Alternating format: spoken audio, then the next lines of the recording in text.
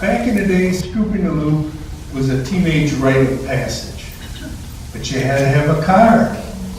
And if you had a good car, you could even get a date. I had a 1961 Volkswagen Beetle. I couldn't get a date if I was parked outside a woman's prison with a fistful of parties. My cousin Stosh in South Milwaukee got all kinds of dates. I was wondering, how did he get these dates? He was ugly. He had enough ugly to open a branch office. But his dad had a Ford Thunderbird. My dad had a 1963 Cadillac. But don't get excited. This was 67. He had a 53 Cadillac.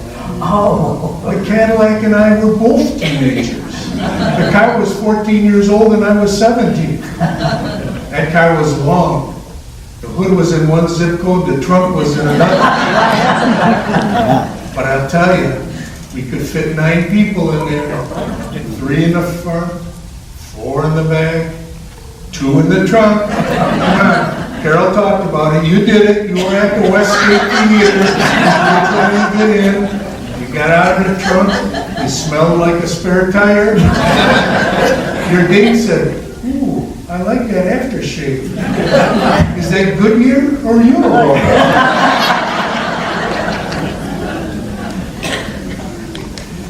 Yeah, you know, my first experience scooping was when I was about 14 years old. I was a 9th grader at Jerston, but we went to the Sound on Friday nights. And my mom was always one of those moms that drove us everywhere we went. So she was slated to pick us up that night. So we were waiting outside the YMCA, and my mom pulls up in our 1963 big old Olds 98 from Pennington Oldsmobile. And my friends and I all pile in, and they're all going, ask her, ask her. So I said, Mom, is it okay, can we drive around for a little bit before we take everybody home? She said, well, yeah, where do you want to drive? I said, well, I'll tell you, you just start driving. So she's heading up Lake Avenue, and I say, turn! So she turns up, we get onto Main Street, she starts driving. And my friends are all laughing, they're all waving out the window, and I'm sort of hunkering down because it is my mom. And she starts driving, and we get down to State, and I say, turn! Yep. The heart that she was turned up State Street, came back down Main Street. So we've made one run, and I've turned her through all of those, and all of a sudden she gets it. She figures out what we're doing. She has more fun than we're having. She's waving the people. And of course the guys just think it's the funniest thing they've ever seen. So they're all waving back to her. And I think she took us around 3 or 4 times before we finally went home. But my mom was a really, really good sport.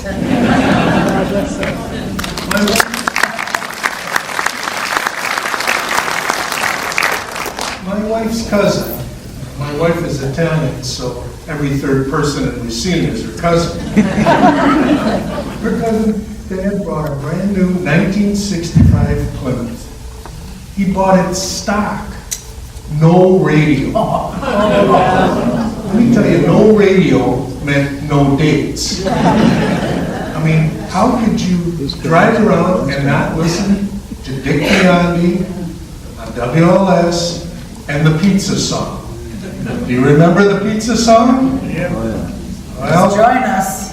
Marsha and I will give you a rendition.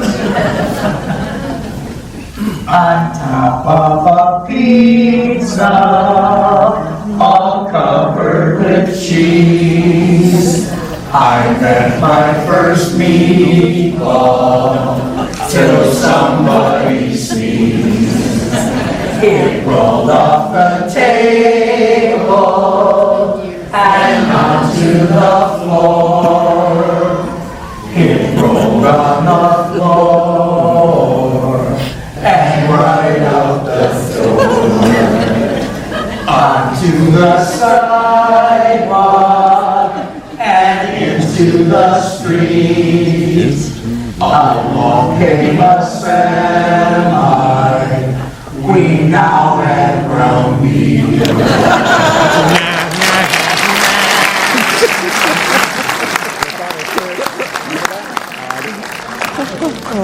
So finally I was old enough to scoop for real with a boyfriend. My folks bought me a 1961 Corvair Monza. It was, yeah, you know, it was red, it was rusty. In fact, there were holes in the back seat on the floor. You could see the street going by. But I was proud to have it. The only problem was it was a 3-speed, and I didn't drive a stick.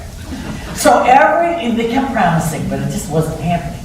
So every once in a while, they would let me and a boyfriend take the car and go out. So my boyfriend was driving the Corvair, and of course we're downtown and we're doing the loop. And I'm probably kibitzing about, he's driving too fast or he's driving too slow, or come on, let's go. And finally we stopped at the corner of 6th and Main, and he said, just get out. He said, no, you're coming on this side, you're driving.